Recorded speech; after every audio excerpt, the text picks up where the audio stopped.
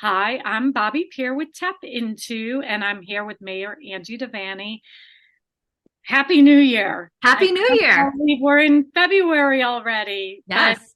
we have a lot going on, so we're going to just get right into a conversation. I've been really looking forward to catching up with you. So you had two new council people come in, and we're back into business. During the break, I know that I'm calling it a break, but during the holidays, I should say, we had some pretty big news about Nokia moving out of Berkeley Heights. I'm starting with a big topic. What does that mean for Berkeley Heights with them moving out of that huge campus that has been so part of our fabric and our history? Yeah, no, absolutely. It's an iconic building. It's an iconic property. There's a lot of history there.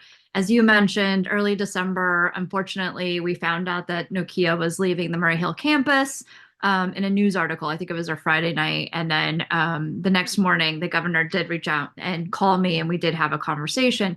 It's obviously scary for all of us. It's 158 acres in Berkeley Heights. I think it's something like 20 acres in New Providence. So it does span both towns, which does make it a complicated project. You're talking about two councils, two planning boards. Um, we don't know essentially what's going to go there, but what we do have is time affluence, right? So the Helix building, which is an ultra sort of technology type of facility in New Brunswick, which is the reason why Nokia is leaving. Not only access to collaboration space and labs, but access to Princeton students and Rutgers students and hospitals and that kind of thing. Um, but it's a 5-year build up. So the one thing we have going for us is that we have time affluence here. We can, not feel like we have to completely rush. I did meet with Nokia with some of our professionals, and they kind of explained their reasoning for leaving the facility. They did contemplate staying. It just was cost prohibitive because it's a large piece of land, and to renovate the building and to have the access to what they're going to get in New Brunswick, it just there was no comparison. So, I can appreciate their explanation and to some degree, do understand it. But the reality is we're going to need the state as the partner. And I have spoken to Tim Sullivan, who's the New Jersey Economic Development Authority Executive Director.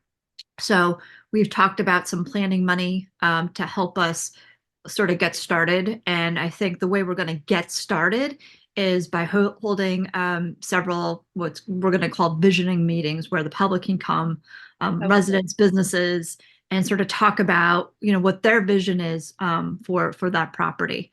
The reality is we're going to have to compromise and negotiate, but I don't have a whole lot of information, or at least I don't have all the information right now. Right.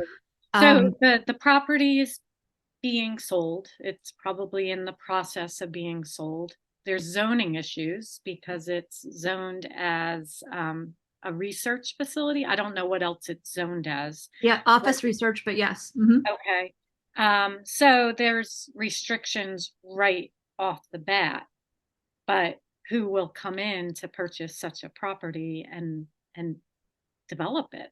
So there's a lot of questions, right? There's a lot of questions, and we don't have a whole lot of information at this point. But again, I think what we want to try to do is work towards finding whether it's a partnership with the entity, let's call it, who's Right. purchasing Nokia, and maybe find some different kind of user, and maybe partner them with the buyer. I don't know how all of those details are going to sort of shake out at this point because, again, we don't have a lot of information. Yes, it's zoned office research. It also is a very open piece of land, even though that's a vast building. Mhm. So my point to that is there isn't a lot of infrastructure. So, that's an interesting thing to sort of talk through. There isn't a lot of, site civil work that's been done there in terms of like water lines and sewer lines and all that that's going to be required. And that could be pretty costly as well. There's going to have to be roadway improvements, right? We're gonna have to look to try to expand some of the roadways in that area. And that's where the state can be a good partner at working with some of the departments, whether it's DOT or DCA, to try to come up with funding to do some major improvements there. But listen, I think anything and everything is sort of a possibility, and what we want to try to attract is the best use for Berkeley Heights. So, Yeah. And all while trying to keep our small town feel, right. right? Because that's a huge complex. It's going to bring in a lot of traffic regardless, because Mhm. that facility has been under capacitated, if that's the right word, but it sounds good. That anyone that moves in there, we're going to bring more people into the area, regardless if it, I don't think it'll be housing, but even if it is, if it's a corporation, a school, or housing, we're bringing traffic into our community. No doubt about it. And the building and has been very underutilized by Nokia. So back in the heyday, whatever you want to call it, there were far more employees coming into the Murray Hill campus than there are now. Mm-hmm. So just even in comparison to what's historically, people coming and going, it's obviously going to be a drain on our resources, right? And we're trying to do the best we can to prepare and hedge as much as we can. And the other thing is to the small town feel, we also have an entertainment zone that's under construction at Connell. And I've spoken to the EDA and to the governor, and just expressed our lack of desire to cannibalize a project like that one that has been in the works for quite some time, to replicate something like that, but even bigger would just cannibalize, something that I think could be a great asset to the community because it's not so big. So again, I don't have the crystal ball, but all of these things are top of mind. So at least we're thinking about them and trying to plan Definitely. for And I when it's. appreciate the transparency and the future meetings, and the governor and the state stepping up and getting involved as well. So moving on from that, where are we? Like, bring me up to date since maybe not the last time we talked, but what are some of your focal points for 2024, and where are we going? How is that Union County project? Fill me in. So we'll start with that, because I think there's a whole plan now, and it came online a lot quicker than we expected, and we certainly have gotten millions of dollars in grant dollars for each of these different projects that have helped us realize, this vision. We call it the Sherman Avenue vision. But starting with Berkeley Caterers, the county is going to come shortly to a council meeting and present the rendering so the Oh, community good. can see Awesome. what's going to happen there. But roughly, it's going to be, a more passive recreational use. Hopefully, we'll have an interior artificial surface for seniors to walk that are like, sands, strollers and bikes and that kind of thing, and an artificial surface to keep it stable for them. But it's, the thought is let's provide a place where seniors or older residents can walk and feel safe there. So it's really an entrance to the whole Passaic River waterfront. I mean, I know there's paths that have been getting developed. So is that's the tie-in with that property? Yeah, absolutely. And if you look at, in theory, there's county property connecting Berkeley Heights all the way to Summit along the Passaic River. So wouldn't it be a wonderful legacy project that one day that does happen and that we're the starting point of something that amazing happening in the future? But sort of, piggybacking on that, we also got a major state grant to improve the sidewalks and lighting on Springfield Avenue. So if you start to think about, okay, now you're at Berkeley Caterers and now you've improved the sidewalks and the lighting on that side of Springfield Avenue going towards the train station.